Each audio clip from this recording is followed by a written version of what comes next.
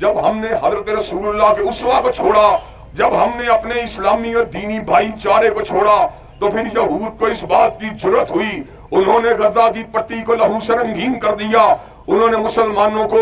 ان کو قتل عام کر کر کے آج ہمارے ضمیروں کو اس اعتبار سے اور ہمارے شعوروں کو جھنجھوڑ کے رکھ دیا ہے، ہمیں صدمے کی انتہا کے اندر گرا دیا ہے۔ آج جتنے زندہ ضمیر مسلمان ہیں وہ فلسطین کے اوپر ہونے والے ظلم کی وجہ سے پشیمان ہیں۔ ہم حکمرانوں سے اس بات کا علی وجہ البصیرت اور ببانگ دول مطالبہ کرنا چاہتے ہیں، حکمرانوں کو اسرائیل کے خلاف اعلان جہاد کرنا چاہیے۔ اگر حکمران اعلان جہاد کریں گے تو انشاءاللہ اپنی جانوں کو قربان کرنے کے لیے آمادہ و تیار ہیں۔ حضرات گرامی قدر، کیا آپ قبلہ اول کی بازیابی کے لیے اور القدس کے علاقے میں اللہ اکبر اور حی علی الصلاۃ کی صداؤں کو بلند کروانے کے لیے اور اپنی مظلوم ماؤں بہنوں اور بیٹوں کی حمایت کے لیے